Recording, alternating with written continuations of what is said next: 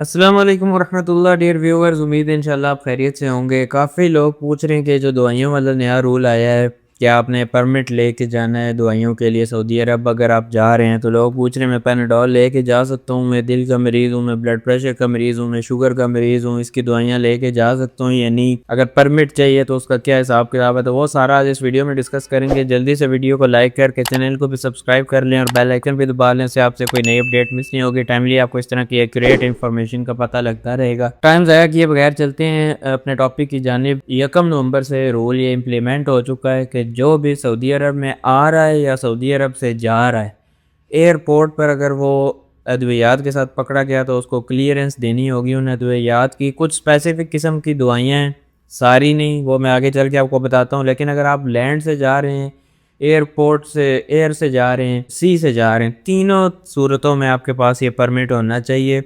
1 नवंबर से ये rule implemented है, स्टार्ट है। याद रखें कि ये जो रूल है ये Saudi food and drug authority SFDA जो है उसकी तरफ से ये इम्प्लीमेंट किया गया है कंट्रोल्ड ड्रग्स को मॉनिटर करने के लिए। ठीक हो गया। इस रूल का उनका ये मकसद है कि कोई भी ऐसी चीज़ दवाई जो डायरेक्ट कैटेगरी में आती है, जो नारकोटिक्स उसमें है, उस चीज़ को ये आने ना दिया जाए, और अगर आने भी दिया जाए तो उस पर स्ट्रिक्ट रूल्स इम्प्लीमेंट किए जाएँ और प्रॉपर क्लियरेंस हो उसकी, तब वो चीज़ आने दी जाए सेफ्टी पर्पसेस को इंश्योर करने के लिए। अब ये जो SFDA Saudi food and drug authority, इनकी एक सब आप कह सकते हैं वेबसाइट है जिसका नाम है CDS कंट्रोल ड्रग सिस्टम। इस पे आपने जाके अपना लॉग इन करना है, अपनी सारी डिटेल्स डालनी है, वो मैं आगे चल के बताता हूँ। वहाँ पे आप अपनी सारी डिटेल्स डालेंगे, अकाउंट बनाएंगे, वहाँ पे आप अपनी प्रिस्क्रिप्शन अपलोड करेंगे और दवाइयों का नाम अपलोड करेंगे। फिर आप वेट करेंगे अप्रूवल के लिए। जब आपको वहाँ से वापस रिस्पॉन्स आएगा, या तो वो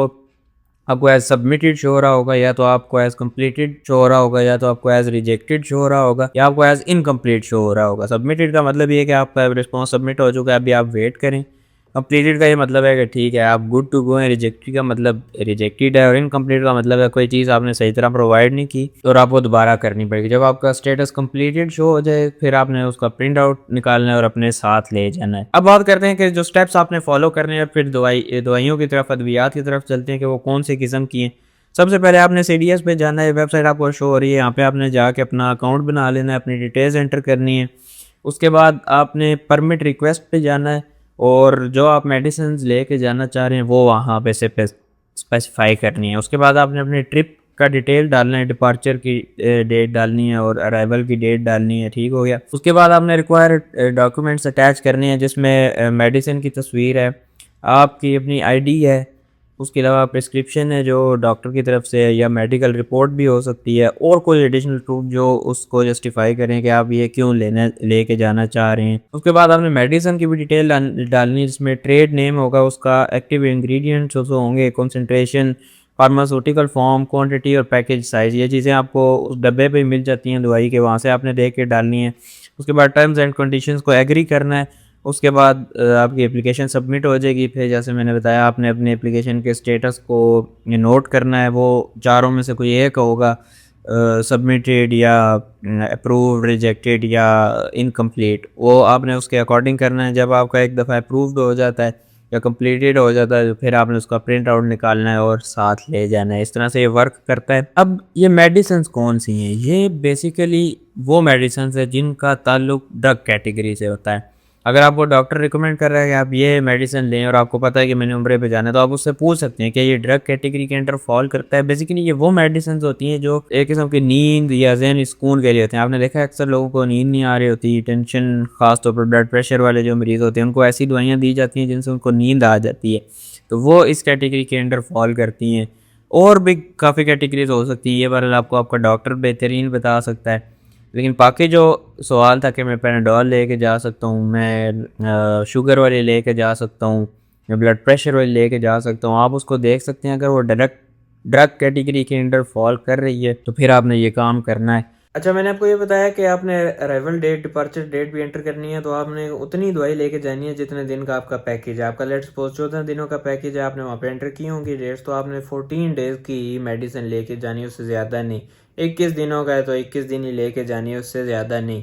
और जो मेडिसिन आप लेके जा रहे हैं वो प्रॉपर पैकेजिंग में होनी चाहिए, डब्बे के अंदर होनी चाहिए। ये नहीं कि आप एक पत्ता उठा के लेके जा रहे हैं, ठीक हो गया, प्रॉपर पैकेजिंग में होनी चाहिए ताकि उस पर सारी डिटेल्स मेंशन हो, जो डिटेल्स आपने वेबसाइट पे भी डालनी है। और जितने दिनों का पैकेज है उससे ज़्यादा नहीं लेके जानी।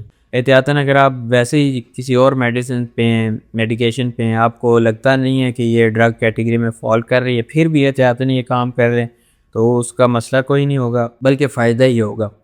पहले पहले ये होता था कि जनरली लोग पेनाडोल वगैरह पेट के दर्द की, इसी तरह वॉमिटिंग की, ये वाली अद्वियात ले जाते थे बगैर इसी तरह, और मैं भी लेके गया हूँ काफ़ी दफ़ा उम्रा पे, क्योंकि ज़ाहिर है अक्सर वहाँ पे आपको बुखार भी हो सकता है, आपका पेट भी ख़राब हो सकता है। उसके अलावा रास्ते में जहाज़ के सफ़र से आपको पता है काफ़ी लोगों को वॉमिटिंग वाला मसला स्टार्ट हो जाता है, तो उस वक्त इतनी पूछ गछ नहीं थी।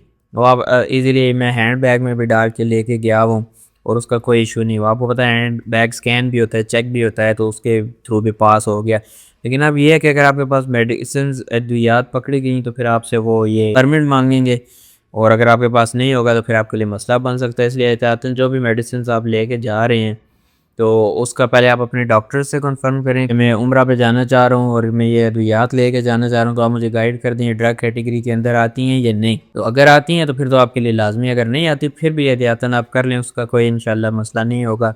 फिर भी आपका कोई क्वेश्चन है तो कमेंट्स में, इंस्टाग्राम टिकटॉक पे आके मुझे ज़रूर पूछें। व्हाट्सएप चैनल पे मेरा फॉलो कर लें, लिंक हर चीज़ का डिस्क्रिप्शन में मौजूद होता है। इसके अलावा अगर आप चाहते हैं कि किसी और टॉपिक पे वीडियो बनाएं, वो भी कमेंट्स में बताया करें, अपनी राय का इजहार भी कमेंट्स में किया करें और सवालात भी कमेंट्स में पूछा करें। तो उम्मीद है इंशाल्लाह आपको पसंद आई होगी। एक भाई ने कमेंट किया था कि मेडिसिन के बारे से वीडियो बनाए, तो मैंने कहा इस पर भी क्लैरिफिकेशन दे देते हैं। काफ़ी लोगों को मैंने पर्सनल में भी ये बताई है बात कि अगर नॉर्मल रूटीन वाली है किसी और चीज़ की कैटेगरी या लेट्स सपोज में देखिए, उसमें मैं वैसे ही मिसाल दे रहा हूँ कि नींद वालों के फैक्टर्स हैं, सुकून वाले फैक्टर इन्वॉल्व नहीं है, तो उसका कोई भी मसला नहीं होगा।